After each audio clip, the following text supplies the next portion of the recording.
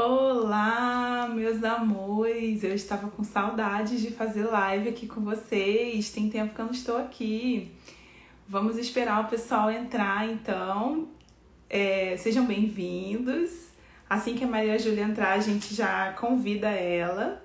Estou muito feliz de estar aqui de volta, ainda mais para falar desse tema que eu adoro, que é para falar sobre diabetes.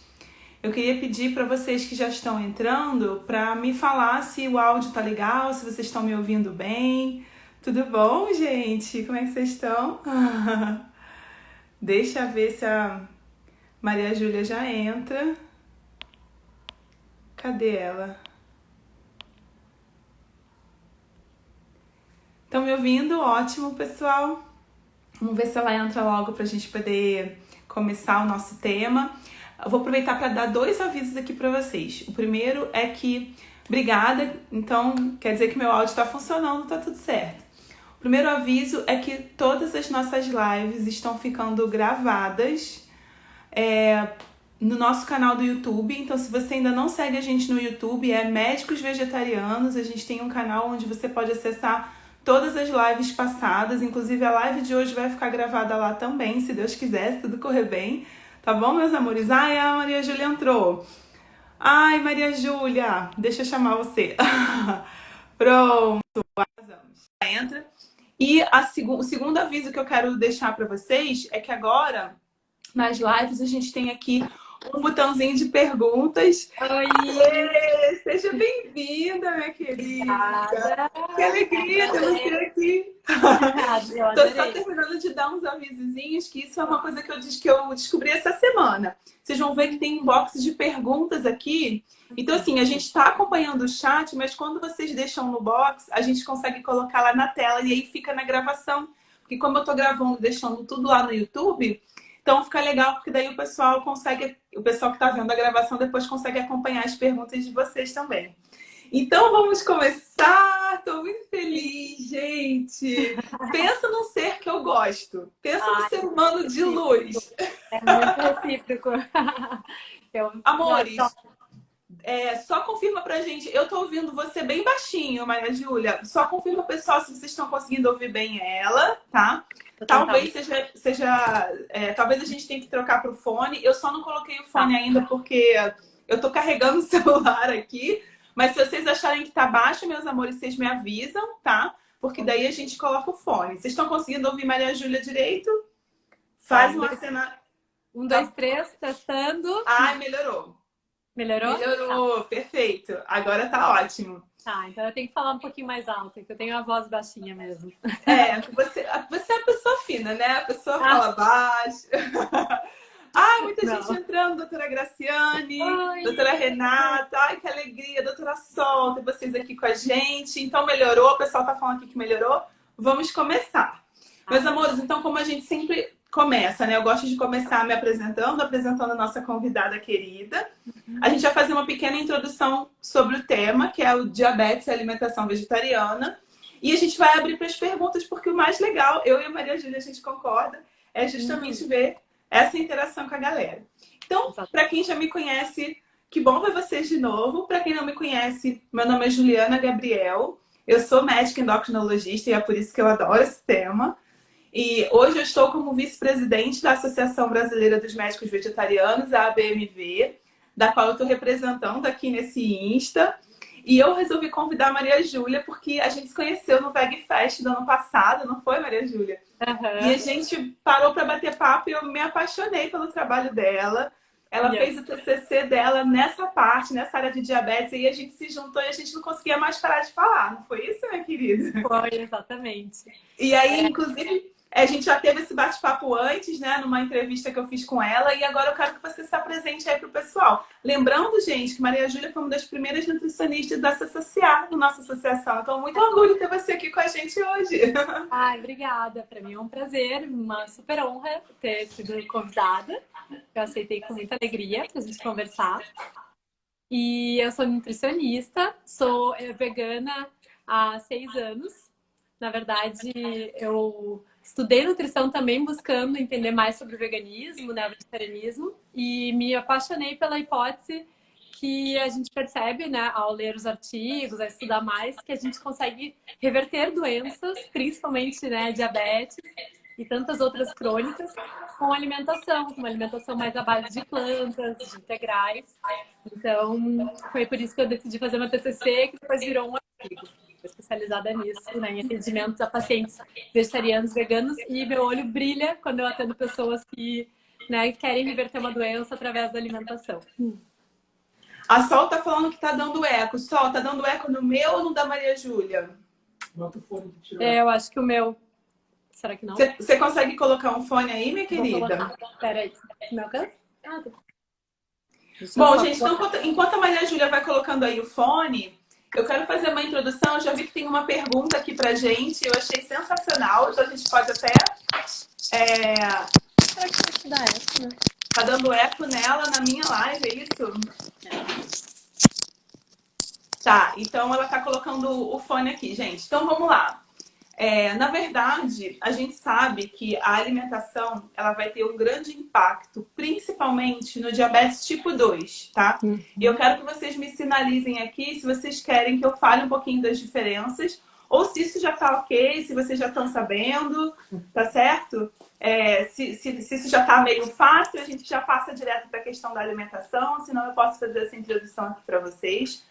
Mas é legal a gente trazer também uma coisa que é um medo, principalmente de quem tem diabetes tipo 1, por causa dessa transição vegetariana, tem medo da questão do excesso de carboidrato, de fazer descompensação glicêmica. Então, tem gente aqui que está falando que quer saber as diferenças. Então, você me permite, Maria Júlia, fazer uma introdução rapidinha? Então, pessoal, eu não vou aprofundar muito para a live não ficar muito longa, que eu acho até mais legal a gente responder as perguntas de vocês, mas eu acho importante a gente ter esses dois conceitos, tá? Então, assim, o que é o diabetes mellitus? O diabetes mellitus, na verdade, é uma condição clínica onde você tem uma ação insuficiente da insulina, ou porque ela não está sendo produzida, ou porque ela está sendo produzida, mas o corpo não consegue reagir a essa insulina, tá? Então, resumo do resumo é basicamente isso. Então, o que é a insulina? A insulina é um hormônio que é produzido lá no nosso pâncreas em resposta ao aumento dos níveis de açúcar no sangue. Não só o açúcar, né? Mas principalmente dos níveis de açúcar no sangue. Então, isso geralmente acontece quando a gente come, e aí o pâncreas enxerga esse aumento de açúcar que está vindo por conta do alimento que foi digerido, ele joga a insulina no sangue, e a insulina ela age como se fosse uma fechadura, abrindo uma porta que faz com que esse açúcar consiga sair do sangue e entrar para dentro das nossas células. Então, a ação normal da insulina é assim, ela tem um efeito que a gente chama de chave fechadura, e a Maria Júlia adora essa metáfora, depois ela vai falar um pouco mais sobre isso, né, minha querida? Sim. E todo hormônio ele tem esse efeito chave fechadura, e o efeito da insulina é como se fosse abrir a porta das células para que esse açúcar possa entrar e servir como fonte de energia. Então, quem não usa insulina só remédio é diabético, sim, vou falar dessas diferenças já já. Então, qual que é a diferença do tipo 1 e do tipo 2? Antigamente, as pessoas falavam que o tipo 1 era insulino dependente e o tipo 2 era o não insulino dependente. Mas esse termo caiu em desuso porque quem tem diabetes tipo 2, em algum momento pode vir a precisar da insulina também. Ou seja, ser dependente de insulina. Então, a gente hoje não usa mais, a gente usa mais os termos tipo 1 e tipo 2. E qual que é a diferença entre eles? Na diabetes tipo 1 existe uma destruição autoimune das células do pâncreas que produzem essa insulina. Então, a pessoa um dia tem insulina normal, no dia seguinte ela não tem mais. É uma coisa muito... Tudo bem, não é bem assim no dia seguinte, mas é uma coisa muito rápida, muito aguda. Então, é um quadro onde você não tem insulina no corpo, então por isso você precisa dar insulina, porque, como eu falei para vocês, esse é um hormônio extremamente importante para que o corpo consiga aproveitar aquela glicose que veio do alimento para usar ela como fonte de energia. O diabetes tipo 1 é outro departamento, porque, como eu falei para vocês, é uma condição onde a gente não tem... vou chegar no pré-diabetes, Graça. A gente não tem mais a produção da insulina, então precisa usar a insulina, tá? E aí a gente brinca que o pâncreas da pessoa passa a ser a mente, porque é a mente que vai controlar a dose, quanto que come, quanto que não come, não é assim, Maria Júlia? E os especialistas lá suando na contagem do carboidrato, a gente chega lá. Já o diabetes tipo 2, meus amores, é aquele diabetes que vai acontecer por causa das alterações metabólicas. Então, o que que é isso? Geralmente a pessoa começa a ganhar peso, tem uma predisposição familiar importante. Com esse ganho de peso e algumas alterações que têm a ver com o tipo de alimentação, com o tipo de flora bacteriana, eu vou deixar a Maria Júlia falar mais sobre isso. Você começa a ter um corpo que não consegue mais enxergar que a insulina está ali. Ele não é mais sensível à insulina. Então, no diabetes tipo 2, em especial no começo, a insulina está presente, mas é como se ela não agisse direito. E aí, o que que o corpo faz? Para tentar compensar isso, ele vai produzindo cada vez mais insulina, cada vez mais insulina. Numa fase inicial, esse aumento da produção consegue compensar. E aí a pessoa, ela mantém níveis de glicose ainda dentro de uma faixa. Isso aí é o pré-diabetes, que foi o que a doutora Graça perguntou. Só que com o passar do tempo, esse estado de insulina alta vai se prolongando, essa insulina alta vai inflamando o corpo vai virando um ciclo vicioso até que chega um ponto em que o corpo não consegue mais aumentar a produção para compensar aquela resistência. E aí ele começa a entrar em falência, e aí vem o diabetes tipo 2. O diabetes tipo 1, ele acontece praticamente da noite para o dia. Então, a evolução é muito rápida, é questão de dias, no máximo semanas. O diabetes tipo 2, ele demora em média 10 anos para se manifestar. E nesses 10 anos a gente vai ter aí o que a gente chama de pré-diabetes. E eu costumo brincar que ninguém fica diabético por causa do brigadeiro que comeu ontem. São 10 anos. Então, quando a gente consegue pegar precocemente e principalmente mudar a alimentação, e aí o papel do nutricionista vai ser super importante, né, para ajudar nisso, né, Maria Júlia? Aí a gente consegue talvez até reverter esse processo, ou no mínimo parar esse processo onde ele está. Então, eu queria que você... Então, esse é o meu olhar sobre o diabetes, as diferenças entre 1 e 2. A gente vai focar mais no diabetes tipo 2 aqui, que é aquele que mais vai ter impacto na alimentação. Mas se vocês quiserem, mais pro final, a gente pode falar um pouquinho do tipo 1, principalmente em relação àquele paciente que é diabetes, que é portador de diabetes tipo 1 e tem alimentação vegetariana estrita, tá? Maria Júlia, pode falar, minha querida. Eu ia dar a palavra para você e tem já algumas perguntas que são muito interessantes, tá? Tá, legal. Não, eu ia comentar duas questões, né? Primeiro sobre a diabetes tipo 1, que eu não sei se é A ou O, a gente confunde. Também, assim, pelo fato de a gente adotar uma alimentação mais vegetariana, mais integral, facilita bastante a ação da insulina que é injetada, né? Tá dando eco ainda para vocês? Não, tá perfeito, tá maravilhoso. Então tá. Bom, pelo menos para mim, pessoal, avisa aí se tá bom, tá? Só porque parece que eu tô me ouvindo, então eu fiquei na dúvida.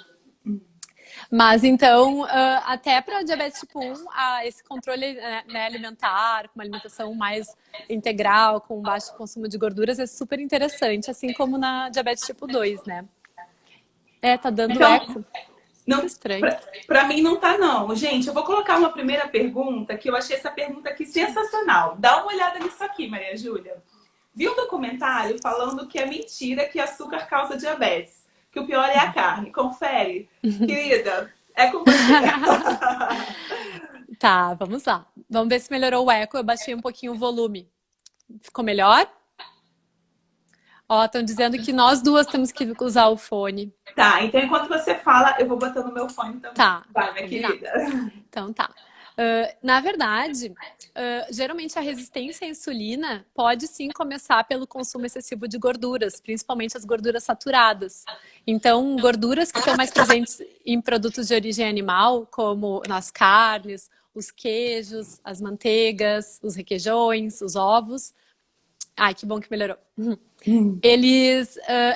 Essas gorduras, elas começam a atrapalhar o funcionamento da insulina. Aí a brincadeira que eu gosto de fazer, né, que é uma analogia bem interessante, que é como se fosse um chicletinho, né, um chiclete que cola na fechadura. Então, no momento que a insulina chega na célula para abrir a fechadura, não tem como. E aí o corpo, precisamos de mais insulina. E aí começa a aumentar a produção, né? Começa a liberar mais. E isso começa aquele quadro da resistência insulínica, que é tão comum no diabetes e na pré-diabetes também. Então, sim, a gente pode pensar que as carnes são, assim, se elas são mais gordurosas, e não só as carnes, todos os produtos a longo prazo, em excesso, podem sim gerar essa resistência.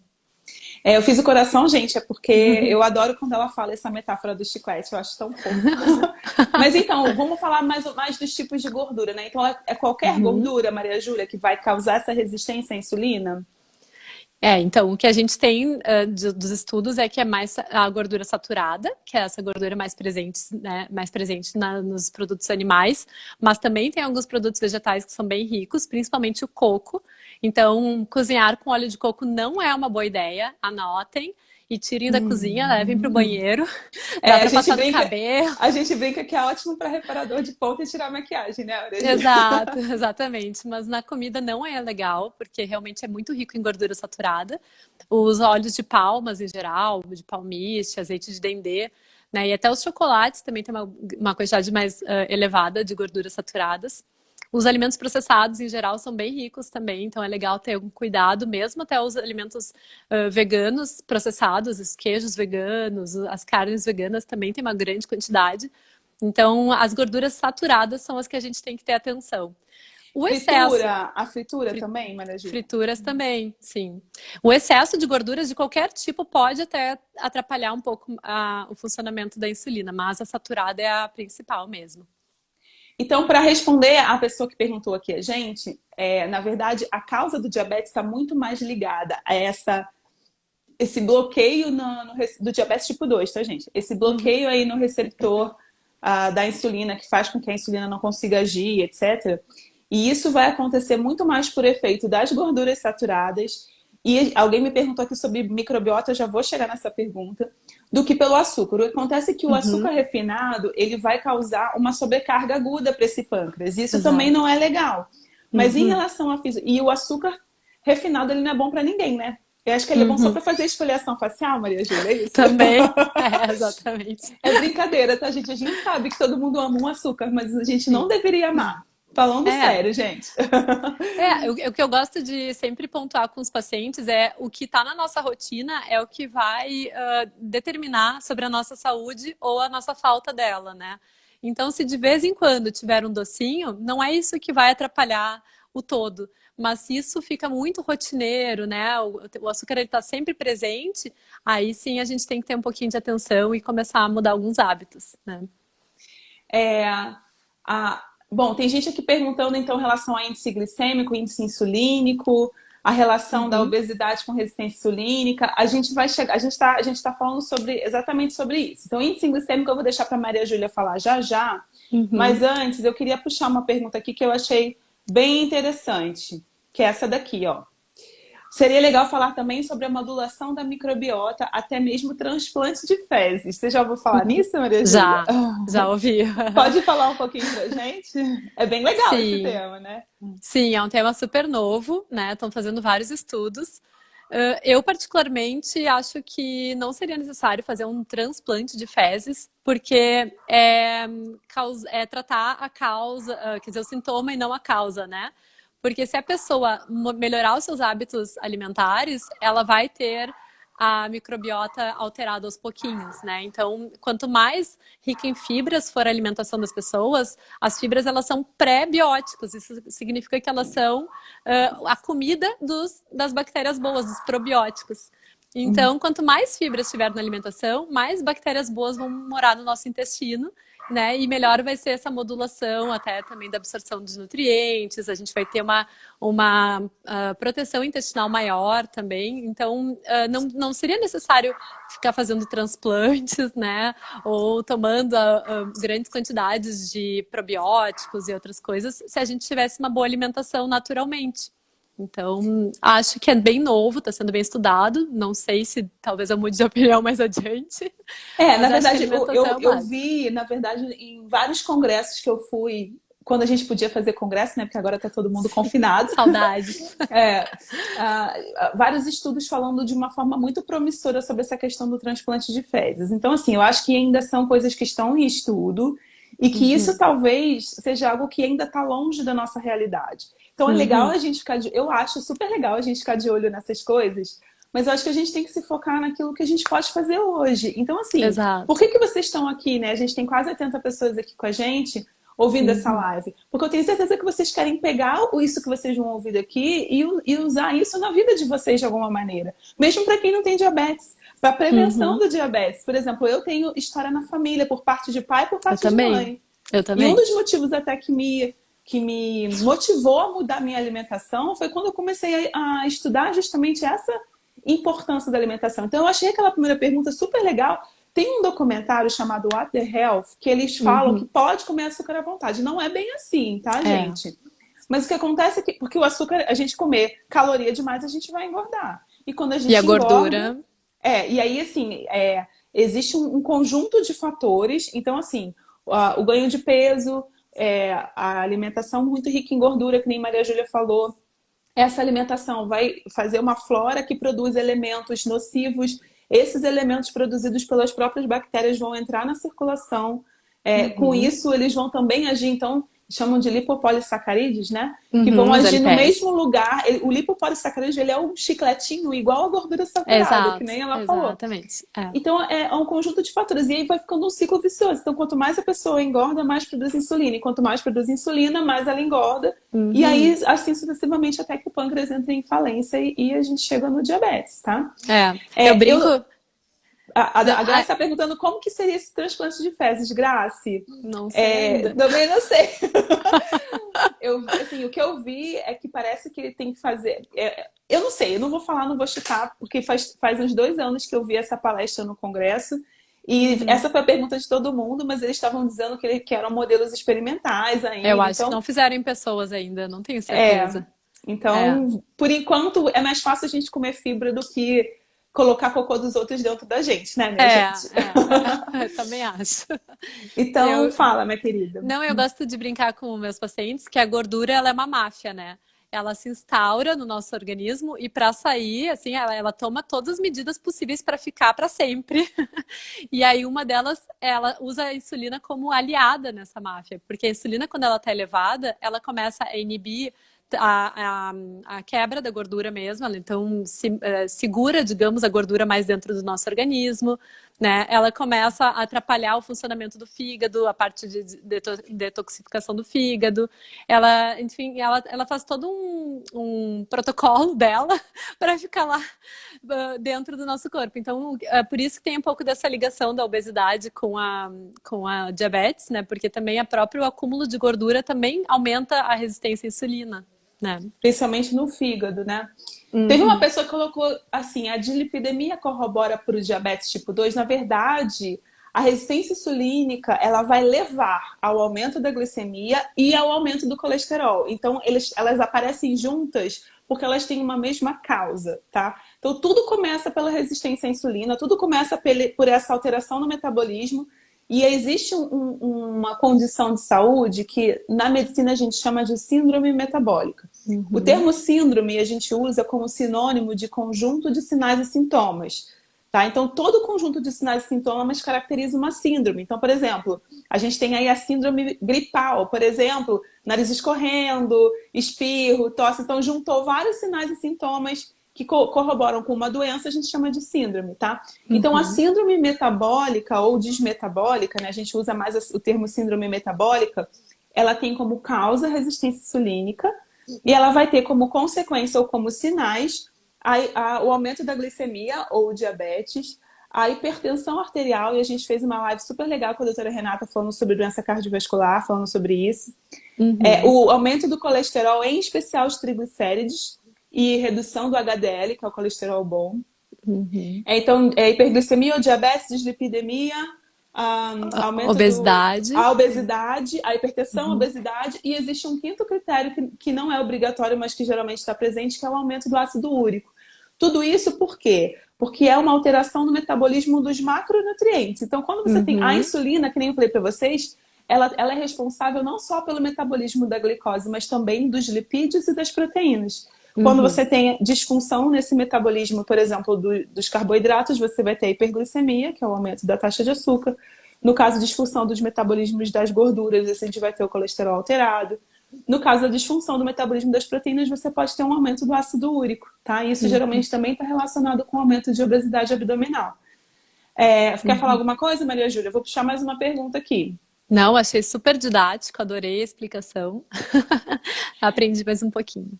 Tem uma pergunta da Sol que eu adorei. Por que que os médicos só falam em açúcar, gente? Por que que as pessoas só falam que vegetariano só come carboidrato, que carboidrato é vilão? Eu acho que tá por aí, né? É, Quer é. responder? Responde aí pra Ah, eu não gente. quero criar briga com os médicos. Mas é que eu acho que tem alguns que talvez não estudem a causa, né? Só o sintoma, talvez, porque e é relativamente novo, apesar de não ser tão novo assim, a gente saber que é a gordura que começa, né? Mas é que no momento que a pessoa tem uma glicose mais elevada é quando eles realmente percebem que tem já a diabetes, até o próprio critério diagnóstico, né? É a partir da glicemia elevada, então é muito mais fácil de linkar com o consumo excessivo de açúcar e de carboidratos. Eu imagino que seja por isso, não sei. O que tu acha? Sim. Não, eu acho também. E eu acho que existe um mito do carboidrato justamente porque o açúcar refinado, como eu falei para vocês, ele vai gerar uma sobrecarga aguda para o pâncreas. Uhum. E se essa sobrecarga aguda vira crônica, ou seja, se você está o tempo inteiro sobrecarregando seu pâncreas, uma hora isso vai ter um efeito também, né? Mas Uhum. em relação à fisiopatologia, a gente sabe que a gordura saturada ela vai ter muito mais peso. E é por É, isso que a gente precisa aí de vocês, nutris, para ajudar a gente. Então, estamos aí. teve uma pessoa que comentou assim: Nossa, tem várias receitas veganas que tem óleo de coco. Daí eu quero que você comente sobre a moda do óleo de coco também. Sim.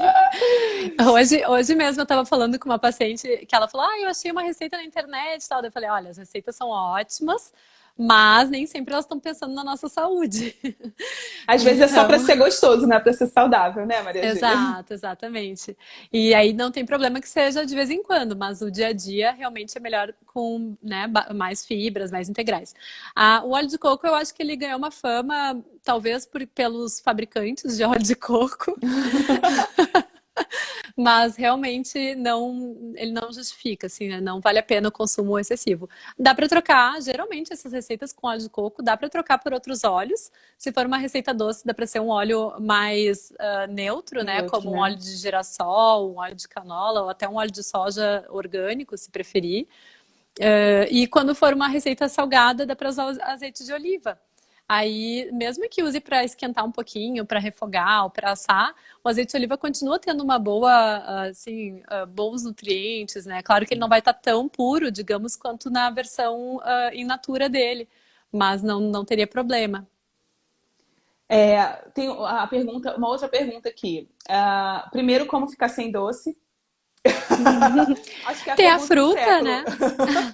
As frutas são bem docinhas, tem né, frutas secas também, quando tiver vontade de um doce maior, mas eu acho que a gente tem que ir acostumando um pouquinho o paladar, é tudo questão de costume. A gente se acostuma muito rápido, acho que até a quarentena nos mostra como a gente tem essa capacidade de adaptação, de se acostumar, né? Verdade. E então é costume, não precisa ser do dia para noite, né? Se, por exemplo, coloca uma colher de sopa no café, começa a colocar meia. E aí, daqui a pouco, já coloca um pouquinho menos de meia, e aos pouquinhos, quando vê, nem vai precisar mais do açúcar no café. Não precisa ser radical, né? Eu costumo falar para os meus pacientes que o nosso paladar ele é passível de treinamento, assim como qualquer outro Uhum. sentido. Então é você ir treinando o paladar e fazendo aos poucos, que nem nossa querida Nutri falou. Vamos começar então a entrar mais no tema. A doutora só perguntou o que o diabético vegetariano deve evitar. Gente, as pessoas tinham muito medo da alimentação vegetariana em pessoas com diabetes justamente por essa questão do carboidrato, tá? E Uhum. aí é o que a Maria Júlia acabou de falar pra gente. A gente sabe que o conhecimento vai evoluindo e a gente viu que não é o carboidrato, não é o açúcar, e sim a gordura saturada. Que o Uhum. açúcar refinado ele vai levar um pico glicêmico, mas ele é uma sobrecarga aguda, mas ele não é o que vai causar basicamente a resistência à insulina. Então, se a Uhum. gente for pensar assim, primeiro é a alimentação vegetariana. A Maria Júlia até falou, né, que tem receitas vegetarianas que são junk. Então, eu não estou falando daquela pessoa que é toda trabalhada na coxinha de jaque no cheeseburger. A gente está falando de uma alimentação vegetariana estrita, que é whole food plant-based, ou seja, de Uhum. alimentos vegetais integrais. E foi essa a alimentação que a Maria Júlia estudou. E eu queria que você falasse um pouquinho do artigo que você publicou, desse estudo que você Uhum. viu, né?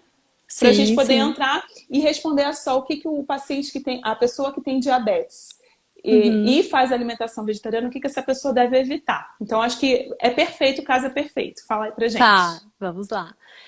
Bom, na verdade, então, vou falar um pouquinho do estudo primeiro, né, e depois exemplificar. Eu fiz, então, uma revisão de vários estudos originais, geralmente caso-controle, então, com pessoas que tinham diabetes, que seguiram a dieta preconizada para diabéticos, que geralmente é com uma quantidade da grande... Associação Americana de Diabetes, a da ADA, né? Isso, da ADA. Tinha de outros países, então era das associações de cada país, né? Tinha também da Turquia, se eu não me engano, tinha da Nova Zelândia, então foi bem interessante, assim, vários estudos originais. E eles fizeram, então, um caso controle com pessoas que seguiam essa orientação dietética e ainda com uma restrição calórica, geralmente de 500 calorias. E o estudo caso foi o grupo caso, né? Foram pessoas que adotaram uma dieta vegetariana estrita, então totalmente sem nada de origem animal, à base de integrais. E eles podiam comer livremente, desde que não fossem nada, não tivessem refinados. Então não podia ter óleos, porque os óleos eles são refinados, né? Não podia ter nem azeite de oliva, por exemplo, era bem radical, digamos. Não podia ter nenhum açúcar, né? Era só alimentos originais, digamos, né? Bem integrais. Então, o arroz integral, o milho, o trigo integral, os feijões de todos os tipos, os vegetais, as frutas. E aí eles foram avaliando o progresso e viram que as pessoas que adotaram a dieta vegetariana integral tiveram uma redução, então, aumentaram, na verdade, a sensibilidade à insulina, então a resistência insulínica diminuíram o peso corporal, tiveram mais adesão, porque podiam comer livremente, não tinha aquela questão de ter reduzir 500 calorias da sua alimentação. Então, foi bem interessante, assim, os resultados. E aí, o que eles perceberam era, aumentando fibras e reduzindo gorduras saturadas, os benefícios, né, os exames, enfim, a melhora dos pacientes era incrível, assim. Um dos estudos, inclusive, mostrou que 43% das pessoas que adotaram essa alimentação deixaram de usar os remédios. Todos os remédios que eles estavam usando para diabetes. Então, foi muito inédito até, e aí que se fala um pouco na reversão, apesar de ainda ser meio forte, talvez, o tema, né? Mas foi bem interessante, assim, algumas pessoas conseguiram realmente não precisar mais das doses e alguns até de nenhum remédio. Então, quer que eu exemplifique ou fale? Não, pode falar, pode concluir o raciocínio. Tá, é porque eu ia jogar uma pergunta aqui que tem a ver com o que você está falando, mas conclui e aí a gente joga aqui a pergunta. Pode falar. Tá. Não, eu exemplificaria só, né, como seria a alimentação vegetariana integral dessa pessoa, então, que tem diabetes e quer ter uma melhor resistência insulínica, seria alimentos que a gente compra, eu brinco que é como se tu estivesse no mato e tivesse encontrado, né? Então, frutas da sua forma natural, qualquer uma, não tem restrição à banana, outro tipo de fruta, né? Eu amo quando os nutricionistas falam isso, gente. Diabético não pode ter medo de fruta. Aliás, portadores de diabetes não podem ter medo de fruta. Fruta é tão bom, sim, não é verdade? Rico em fibras, com certeza. O que demonizam é a frutose isolada, né? Seria um tipo de açúcar, mas a frutose da fruta junto com as fibras, junto com os outros nutrientes, não tem problema nenhum. Então, as frutas, as verduras de todos os tipos, os grãos integrais, as leguminosas, que é aquele grupo dos feijões, né? Feijão, lentilha, grão de bico, ervilha. Então, é basicamente isso, algumas sementes. E evitar alimentos mais ricos em gorduras, né? Oleaginosas comer assim com mais moderação, porque são um pouquinho mais gordurosos. E tudo que for refinado, inclusive óleos, inclusive farinhas, açúcares, moderação máxima, né? O máximo que for possível. E aí teve uma pessoa que colocou assim, a minha hemoglobina glicada é 5,9, é considerada pré-diabetes, já tem que cortar carboidrato? É exatamente isso que a gente está falando, não é para cortar carboidrato, até porque cortar carboidrato faz muito mal à saúde, tem vários problemas. Então, tem duas questões falando sobre isso, então teve uma nutricionista que colocou aqui pra gente. Uma vez que a pessoa já esteja diabética, não devemos então controlar o carboidrato? Sim, quando a pessoa faz uso de insulina, tá? Porque se a pessoa não está precisando da insulina ainda, a mudança alimentar, que foi exatamente isso que a Maria Júlia viu no artigo de revisão que ela fez, a maioria dos estudos que testou essa alimentação plant-based mostrou que o fato dela ter reduzido gordura saturada e aumentado a fibra, mesmo com uma quantidade alta de carboidrato na dieta, sendo esse carboidrato integral, melhorou o índice glicêmico, ou, o índice glicêmico, melhorou a hemoglobina glicada, melhorou a resistência insulínica, melhorou tudo. Então, assim, controlar o carboidrato e fazer a contagem é muito importante para aquelas pessoas que usam insulina. Porque elas precisam calcular a dose em cima do quanto que ela está comendo. Porque normalmente o nosso pâncreas faz isso. Mas quem não usa insulina não precisa cortar carboidrato. Nem controlar, desde que seja o carboidrato. Agora, tem que controlar o docinho, né, Maria Júlia? Exatamente.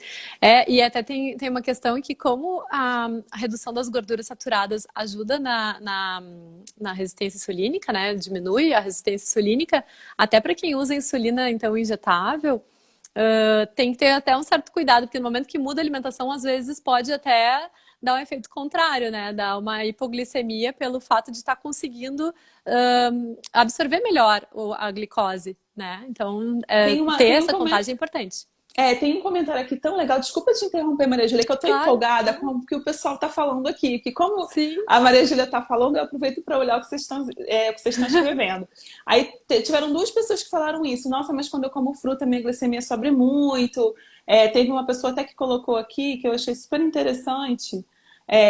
Por exemplo, quando o paciente fica em jejum e ainda assim a glicemia aumenta, mesmo não sendo diabético. Por que isso acontece, gente? Por causa da resistência à insulina. Então, assim, quando você come qualquer carboidrato e isso já gera um grande aumento, isso é um sinal de que você está com uma disfunção nesse metabolismo, tá? E justamente a mudança alimentar... Então, por exemplo, a pessoa come uma fruta e a glicemia vai lá para as alturas, não é isso que a gente observa normalmente numa pessoa que não tem o diabetes, que não tem a resistência insulínica. Se isso está acontecendo, é um sinal de resistência insulínica e geralmente... existe um aumento, uma grande quantidade de gordura na dieta. E parece muito louco pensar, né? Então, assim, eu não vou mentir pra vocês. A primeira vez que eu vi isso, a minha cabeça deu um nó. Porque, assim, eu não quero falar quando eu fiz minha residência, que senão vocês vão descobrir minha idade, gente. Eu não tô aqui pra entregar a idade, entendeu? Mas, assim, na minha época de residência, assim, tratamento nutricional do diabetes era a contagem de carboidrato, né, Maria Júlia? Então, assim... eu não sei gastar aqui, amor, que saudade. Uma Nutri muito Eu sou querida super fã. também. Eu também. Super fã dela. Pois é, e aí assim, quando a gente começou a ver esses novos estudos, né? Principalmente quando eu comecei a me aprofundar na questão da alimentação vegetariana, você vê que uma dieta que tem 85% de carboidrato melhora a glicemia, a minha cabeça deu um nó. Mas, na verdade, por que isso acontece? Porque existe uma melhora da resistência insulínica, que no fim, é o que eu falei para vocês, ela é a raiz do problema. Então, pode ser que num primeiro momento, até o corpo se adaptar, até essa resistência melhorar, vai um tempinho. E aí tem que ter um pouco de paciência. Tem que ter você tem que ter uma equipe profissional que cuide de você, que saiba disso. Então, assim, não nada da noite pro dia. Lembra que eu falei que o diabetes demora 10 anos para aparecer? Então, assim, reverter essa resistência não é... Hoje eu fiz um detox verde, não comi nada, amanhã tá tudo bem. Não é assim, gente. Como a Maria Júlia falou, tem lá aquela coisa da máfia. Então, até sair o negócio demora, né? Quanto tempo foi o acompanhamento desses estudos em média, Maria Júlia? Você lembra? A maioria foi de 3 a 6 meses. E em 3 meses já teve um resultado bem bacana. Então, e alguns acompanharam por mais tempo, acompanharam por 1 ano. E viram também que as pessoas conseguiram dar mais continuidade pelo fato de não ter essa restrição tão grande em relação a quantidades, né, mesmo. Tem um comentário aqui que eu quero que você responda, que eu vou adorar você falar sobre isso. Uma pessoa falou que ela é pré-diabética e que se tornou vegano recentemente, mas que antes adotava low carb e conseguiu baixar a glicemia. Gente, por que a low carb abaixa a glicemia? Explica, Maria Júlia. Ele falou que a low carb... Peraí. Abaixou a glicemia. Tá. Bom, a low carb baixa a glicemia porque tu não come carboidratos. E aí não basicamente. Não vai aparecer, porque... Mas a low carb tradicional, que é cheia de carne, né, minha gente? Ela tem tanta gordura saturada que você vai ficar mais resistente. Só que como não tem o carboidrato, você não revela essa resistência. Que precisa entrar um carboidrato para revelar. Entendeu? E bagunça bastante o metabolismo, né? Porque, assim, o nosso cérebro, ele funciona basicamente à base de carboidrato. Ele não gosta muito de corpos cetônicos, que são a quebra da gordura. A gente geralmente fica com mais dor de cabeça, mais irritadiço, quando a gente está com a energia vindo de corpos cetônicos. Uhum. Então, não é uma dieta que geralmente funciona a longo prazo. Ninguém aguenta também ficar comendo só carne, né, o tempo inteiro. E isso prejudica totalmente a nossa flora intestinal, a outra, bom, em relação a colesterol e tantos outros marcadores, né? Tem várias perguntas falando sobre os olhos. Posso puxar? Uhum. Você quer falar sobre Claro. isso? Sim, sim. Ó, essa aqui eu achei bem interessante, é bem polêmica. A gente vê alguns profissionais, até famosos, inclusive, que falam muito bem das gorduras saturadas. Ai, que triste, né? Eu tenho que Né? falar meio mal dessas pessoas. Mas eu acho que falta, às vezes, ler alguns artigos mesmo, porque o que tem, assim, de mais forte, de evidências, de tudo que está existindo hoje em dia nesse caminho, é que reduzindo gorduras saturadas, que a gente tem uma resolução, digamos, né, ou melhora em vários marcadores. É até, enquanto a gente fala, fica vindo na minha cabeça um desenho, um esqueminha que eu lembro que eu aprendi no curso, na pós-graduação que eu fiz com o Dr. Eric, que ele desenha, assim, onde que a insulina elevada começa a atrapalhar e no fim ela também aumenta, então, assim, aumenta a predisposição a ter um colesterol mais elevado, a ter uma hipertensão arterial, a questão da maior resistência, maior acúmulo de gordura, então tá tudo correlacionado. Então, assim, quem fala que gordura saturada é boa, eu acho que não tá lendo, né? Não sei o que tu acha. Eu acho que existem muitos interesses por trás disso, como você falou, né? Mais uma vez, o pessoal que está perguntando do óleo de coco, o pessoal falou que essa questão dos óleos é muita polêmica. Mas a verdade, gente, é que assim, não é um ou dois estudos, existem milhões de estudos Uhum. científicos. Tá, milhões talvez seja exagero, mas muitos milhares de estudos correlacionando a gordura saturada e a ingesta direta de colesterol com diversas doenças. A doutora Renata Uhum. falou muito sobre isso quando a gente fez a live de doença cardiovascular. E a gente vai falar aqui sobre isso em relação ao diabetes também. Então, assim, Uhum. comer gordura saturada e comer colesterol vai aumentar colesterol, vai aumentar a resistência insulínica, vai aumentar a deposição de placa de gordura nas suas artérias. Não tem Uhum. jeito, não é um ou dois estudos, são muitos estudos. Então, quem É, está falando contra isso deve ter algum interesse por trás, que a gente não tem é, como saber, tá? é. E fala, Maria Júlia. Não, eu ia comentar que eu dei uma aula sobre diabetes na pós-graduação da Plenitude e eu trouxe uma informação da Associação de Diabéticos, né, de diabetes, enfim, brasileira, e eles recomendam que seja no máximo 6% do total calórico de gorduras saturadas. E aí eu fiz a conta com os alunos, né, considerando uma alimentação de 2.000 calorias, se eu não me engano, dava em torno de 16 gramas de gorduras saturadas. Aí eu peguei uma tabelinha da tabela de composição de alimentos, a tabela TACO, para mostrar quanto tem de gordura saturada nos alimentos em geral. E só para a gente ter uma noção, uma colher de sopa de manteiga, por exemplo, tem 10 gramas de gordura saturada, assim como óleo de coco também tem mais ou menos 10 gramas. Uma fatia de queijo tem 8 gramas de gordura saturada.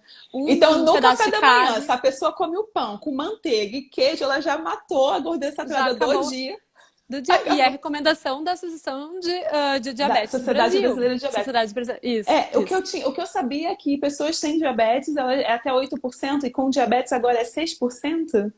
É Muito assim. interessante. Então, Uhum, gente, você vê, na alimentação vegetariana estrita não tem nada disso, né?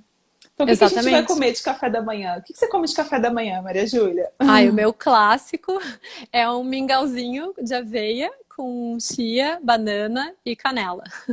Quanto de gordura saturada tem no seu café da manhã, Maria Júlia? Zero. Um total Então, de zero. colesterol, quanto que tem? Zerinho. Zero. Nada. O meu café da manhã favorito é a banana picadinha, canela e aveia e o mix de sementes. E eu Hum. faço um cappuccino vegano com leite vegetal, Ai, que canela, delícia. cacau e Uhum. café. Ai, Amei. maravilhoso. É, Maravilhoso. vai ter assim no máximo 1 grama de gordura saturada no teu café da manhã por Por causa causa do do leite. cappuccino, do É. leite. É. Então é muito pouquinho pensando no dia todo, né? Ou seja, meus amores, a verdade é que assim, se vocês se descobriram recentemente diabéticos ou pré-diabéticos, ou se vocês têm história na família como a gente querem se prevenir, eu acho que o caminho do sucesso é você trocar o açúcar refinado pelo carboidrato integral, tá? E não precisa ter medo do carboidrato. Teve uma pessoa que colocou que o suco é diferente de consumir a fruta inteira. Claro que é, Tu né? tira a fibra, né? Pois é. E a gente tenta reduzir ao máximo o consumo de gordura saturada. Então, assim, a dieta, por exemplo, vegetariana estrita, ela é com certeza isenta de gordura saturada? Não, porque a gente já viu que tem muitas guloseimas vegetarianas. Mas se a sua alimentação é comida de verdade, né? A chance de você alcançar esses 6% é muito pequena, não é verdade, gente? Aí tem uma pessoa perguntando sobre a pasta de amendoim. Fala alguma coisa, Maria Júlia? Desculpa te interromper. Não tem problema. A pasta de amendoim, ela é uma pasta bem gordurosa, né? Ela não é tão rica em gorduras saturadas, mas ela tem um pouquinho sim. E as gorduras, em geral, elas podem também atrapalhar um pouquinho o funcionamento da insulina quando elas estão em excesso. Se for de um consumo moderado, não teria problema. Como tudo, né? A gente fala muito da moderação. Acho que é o nosso mantra na nutrição, pelo menos. Aí vamos puxar essa pergunta. Mas as frutas e verduras também são carboidratos. Não é sem fibras, né? São com fibras, com vitaminas, com minerais, com muita água. Então, é essa sinergia desses alimentos que nos, né, melhora a questão da absorção também. Tem uma pessoa perguntando à doutora Paula sobre o tahine, porque o tahine é uma ótima fonte de cálcio para quem é vegetariano, né? Como é que é o tahine em relação às gorduras saturadas, Maria Júlia? Não, ele quase não tem gorduras saturadas. Ele também é assim, sementes e castanhas oleaginosas, todos são bem calóricos, tem bastante gordura. Então, a gente consome com um pouquinho mais de moderação. Eu brinco que quando um vegano tá engordando e chega no consultório é porque tá caprichando demais em alguma castanha, alguma oleaginosa. Mas, assim, moderação também, até porque o tahine ele é meio pesadinho para comer grandes quantidades. Então, ok, né? E sim, é um ótimo alimento, bem interessante, sim. Legal. Opção salgada para o café da manhã, acho que o pessoal tá perguntando aqui. O que você diria de opção? Eu gosto de indicar uma panquequinha de aveia, geralmente com uma pitadinha de sal, até pode botar umas ervinhas, assim. Então, a aveia tu mistura com água, ela vira meio que uma melequinha, assim, e tu coloca na frigideira, já vira uma panquequinha. E aí dá para rechear com uma pastinha de grão de bico, uma pastinha... Dá para bater qualquer grão, dá para virar pastinha, né? Então, às vezes eu indico uma pasta de feijão branco com cenoura, por exemplo. Ai, adoro. É gostoso, com curry. Adoro. Fica muito bom. De lentilha, de ervilha, dá pra fazer com qualquer grão. Bate no liquidificador com água e temperos, vai virar uma pastinha. Só vai botando água aos pouquinhos pra não ficar uma sopa, né? Se botar mais água vai virar sopa. Mas é super legal pra passar no pão. E o guacamole, eu adoro guacamole, gente. É ótimo. Nesses estudos, eles tentaram, para ver a reversão mais rápida, e era a teoria que eles tinham, tentaram diminuir gorduras ao máximo, né? E aí o abacate foi um pouco, assim, moderado, digamos. Entendi. Ai, que pena, eu gosto tanto. Mas para uma pessoa saudável, para consumos que não sejam exagerados, tá ótimo. Né? É um alimento fantástico, rico em vitamina E, super rico em gorduras boas, né? Então não tem problema. Só a questão é o excesso que é o problema. Sim. Aí tem uma pessoa que colocou aqui, a Nutri Michele, colocou tofu mexido. Ai, adoro tofu mexido. Maravilhoso. Também sim. uma delícia para o café da manhã, né? Então a gente já está dando dicas aí do que a gente pode substituir para você tirar a gordura saturada do teu prato e melhorar aí seu diabetes, tá? Gente, tem várias perguntas, a gente vai ter que terminar daqui a pouquinho. Tem muita gente perguntando sobre B12, sobre cálcio. Eu queria tentar deixar o foco aqui no diabetes, que é o tema dessa live. A gente já teve outras lives. Se vocês quiserem, então, fazer live de novo sobre esses temas, vocês deixam aqui que a gente fica de olho, tá?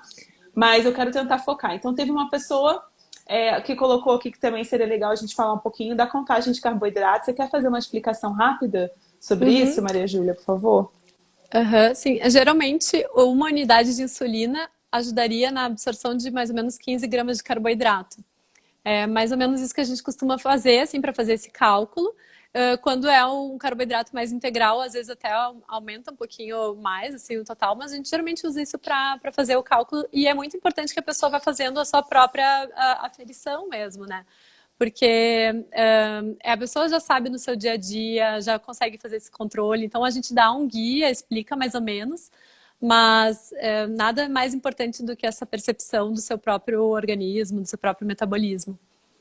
Na verdade, a gente usa a contagem, como eu falei para vocês, para pessoas que usam insulina. Por quê? Porque, assim, o nosso corpo ele é capaz de calcular o quanto de insulina ele vai produzir de acordo com os níveis de açúcar no sangue. Então, o pâncreas ele tem como enxergar o quanto de açúcar está rolando ali no sangue e mandar para a circulação a quantidade de insulina suficiente. Quando o pâncreas já não está mais funcionando, a gente tem que fazer isso de forma artificial através do uso da insulina. E esse cálculo é feito a partir da contagem dos carboidratos, tá? Então, apesar da gente saber que a insulina, ela também vai agir sobre o metabolismo de gorduras e proteínas, a conta a gente faz principalmente com carboidrato, porque é a glicose que vai estar mais alterada em quem tem diabetes. E uma vez que a gente controla a glicose, normalmente existe também o controle do colesterol e do ácido úrico. Então, assim, uma coisa que eu vejo muito, por exemplo, às vezes a pessoa com diabetes chega super descompensada no meu consultório, dizendo que passou no pronto-socorro e já passaram direto o remédio para colesterol. Gente, calma, vamos primeiro compensar o diabetes, porque muitas vezes só de compensar o diabetes, só de abaixar essa taxa de glicemia, já resolve, né? E não precisa necessariamente usar. Talvez tem casos que vai precisar, mas tem casos que não precisa, tá? Eu particularmente acho que a contagem de carboidratos está até um pouquinho antiquada, na minha opinião. Porque, assim, ensina os pacientes a uma troca muito simples. Por exemplo, tu pode comer uma fatia de pão ou uma batata, digamos. Só que são alimentos que têm muita diferença, né? A batata ela é um alimento muito mais integral, ela tá na sua forma mais original. E o pão passou por vários processos, tem outro tipo de absorção no nosso organismo. Então, por isso que esse controle individual é bem importante. E focar nos integrais, nos naturais, né? Os alimentos vindos da terra diretamente. É isso aí. Uma pessoa perguntou aqui, o ovo tem gordura saturada? Piora a resistência insulínica? Tem sim. Tem. Alimentos de origem animal gente, são... Olha, eu gosto de pegar... Eu não sou nutricionista, eu sou médica. Mas eu sempre faço algumas orientações, né? Antes de encaminhar para o nutricionista, porque às vezes até passar na consulta demora e tudo mais. E uma coisa que eu gosto de fazer quando vem esse tipo de pergunta no meu consultório é mostrar a tabela TACO, onde a gente tem a quantidade de colesterol que tem em um ovo. Gente, um ovo... Conta, Maria Júlia, fala. Não, peraí, gente, senta. Senta pra vocês não caírem pra trás. Quanto de colesterol tem um ovo? Fala. 198 miligramas. 198. Do pequeno. De uns 50 gramas, mais ou menos. E o nosso máximo ideal diário seria 200 miligramas, né? Pois é, então se você, aí a pessoa segue aquela pessoa das redes sociais que manda comer 6 ovos no café da manhã. Não sei como justifica o consumo de colesterol, infelizmente. Gente, e aí vai ter colesterol alto, não tem como, é muito colesterol. É muito colesterol. Enfim, volta aqui para as perguntas. Teve uma pessoa perguntando sobre jejum duas pessoas perguntando sobre jejum intermitente. Tem até uma pergunta aqui falando sobre isso também. Quer falar, Maria Júlia? Antes de você falar, eu acho que eu entendi errado a pergunta da Gi. Ela quis dizer que as frutas e verduras têm carboidratos. A pergunta é se elas são suficientes. Eu continuei sem entender muito bem o que você quis dizer, minha querida. Suficiente para quê? Escreve de novo aqui para mim que eu puxo a tua pergunta de novo, tá? Me perdoa se eu entendi errado. Eu realmente não captei o que você quis dizer, tá? Mas vamos falar de jejum intermitente. Sim. Bom, o jejum intermitente ainda está bem polêmico, né? O que existe, assim, de estudos é que, geralmente, pessoas que comem em excesso, estão em sobrepeso, obesidade, comem muito mais calorias do que elas deveriam no dia, quando elas fazem jejum intermitente, elas tendem a ter melhora na resistência insulínica e redução de peso. Isso, na minha opinião, é bem óbvio, porque ela está fazendo uma restrição calórica, como ela estaria fazendo se ela adequasse o consumo alimentar dela, dividindo nas refeições ao longo do dia. Então, o que a gente tem de estudos até hoje é que, na verdade, tanto faz se é jejum intermitente ou se é dividir melhor as refeições de modo a não comer em excesso, porque das duas formas a resistência insulínica já começa a melhorar e a perda de peso também. Não sei se tu tens alguma outra informação. Eu quero trazer aqui um conceito que é o seguinte, quando a gente fala, assim, eu não sou especialista em jejum, a gente tem aí a doutora Renata Coelho, que já tô tentando convencer ela a fazer uma live sobre isso comigo, Legal. porque é um tema que a galera adora. Sim. Mas assim, gente, isso é uma coisa que o Nutri sabe bastante, né? A gente sabe que diferentes alimentos têm diferentes tempos digestivos, tá? Então, por exemplo, a água, o tempo digestivo dela é zero. Ela entrou, já foi absorvida praticamente. Frutas têm um tempo digestivo de 20 a 40 minutos, mais ou menos. Um prato de arroz e feijão vai ali ter um tempo de digestão de 2 horas.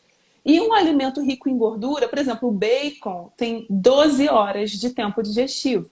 Então, assim, primeiro que para quem tem diabetes, a pessoa precisa levar isso em consideração, porque muitas vezes quando a pessoa come uma alimentação com produtos de origem animal, o pico glicêmico vai ser mais tardio, tá? Essa questão do jejum, às vezes a pessoa fala, mas eu faço jejum de 18 horas, só que na verdade ela comeu uma refeição que ela demorou 12 horas. Então, na verdade, o jejum dela não é de 18 horas. O jejum efetivo mesmo é de 4 a 6 horas, ou enfim. Que seria o mesmo se ela estivesse dormindo, né? Numa noite comum, que tu fica 8 horas já em jejum, né? Então, assim, eu acho até que para quem é vegano, ou seja, vegetariano estrito na sua alimentação, vai ser um pouco mais difícil fazer o jejum, porque a alimentação tem muito pouca gordura, e com isso o tempo digestivo é muito mais rápido, tá? A doutora Renata, ela faz o jejum dela, eu quero depois até que ela me ensine, porque isso é algo que eu não sei muito bem.